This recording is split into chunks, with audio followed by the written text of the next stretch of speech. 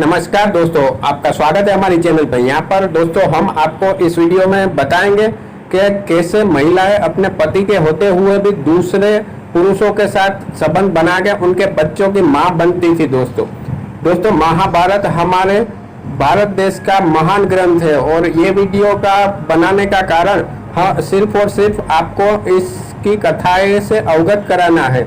अगर किसी की धार्मिक भावना को ठेस पहुंचती है तो हम उसके लिए जिम्मेदार नहीं है। दोस्तों ये हमारे इंटरनेट के नॉलेज पे आधारित वीडियो है। दोस्तों ऐसे सैकड़ों पात्रों का वर्णन है महाभारत में। ऐसी घटनाओं को दोस्तों विचित्रता कहें या विडंबना, पर इसका उल्लेख महाभारत में बहुत है। दोस्तों महाभारत तत्कालीन भारत का दर्पण है और इसमें हमें आदर्श स्त्री पुरुष के बारे में बताया गया है। तो आइए दोस्तों जानते हैं ऐसी महिलाओं के बारे में जो दूसरों की सहायता से संतान का जन्म देती थी। दोस्तों ऐसी यादी में पहला नाम है दोस्तों अंबिका और अंबालिका। दोस्तों राजा शांतनु और सत्यव्रती को दो पुत्र थे जिनके नाम थे विचित्रवीर्य और चित्रांगन की मृत्यु युद्ध भूमि में लड़ते लड़ते हो गई।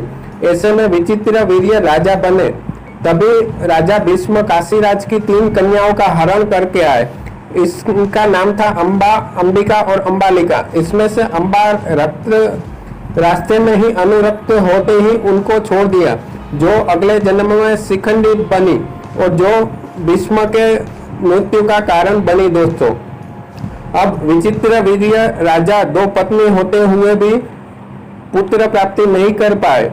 तभी सत्यवती के पुत्र वेदव्यास जी ने माता की अनुमति से अंबिका और अंबालिका को संतान प्राप्ति कराने की अनुमति दी।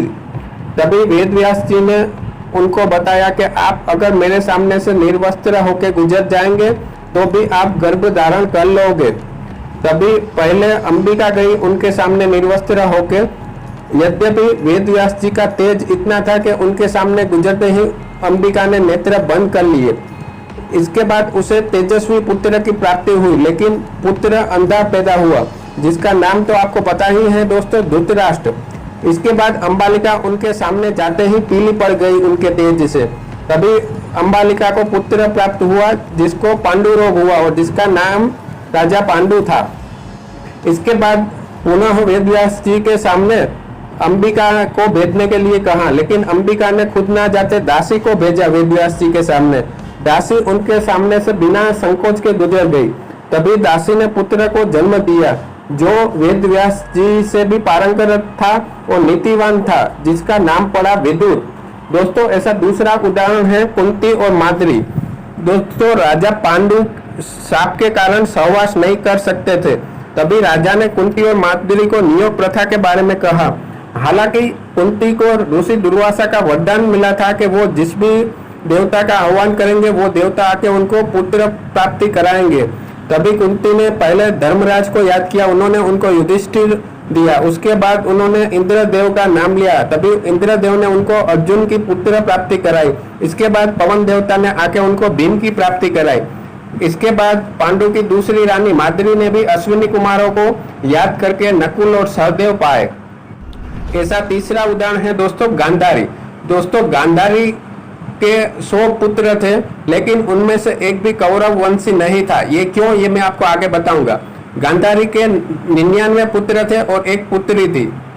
गांधारी जब गर्भवती थी तब धृतराष्ट्र ने एक दासी के साथ सहवास किया था, जिसके चलते उनको विलुप्त नामक पुत्र हुआ था। ऐसे उनको 100 पुत्रों की कौरवों की प्राप्ति हुई थी।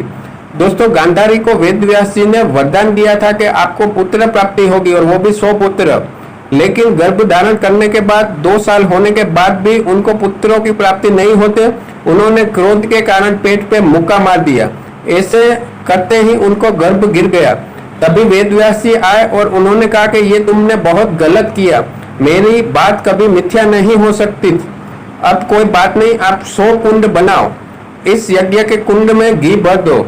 तभी वेदव्यास जी आए और जो गर्भ उनका गिर गया था गांधारी का, वो मांस का पिंड उन्होंने रखा। उसके ऊपर अभिमंत्रित जल छिटकते ही उसके 100 टुकड़े हो गए।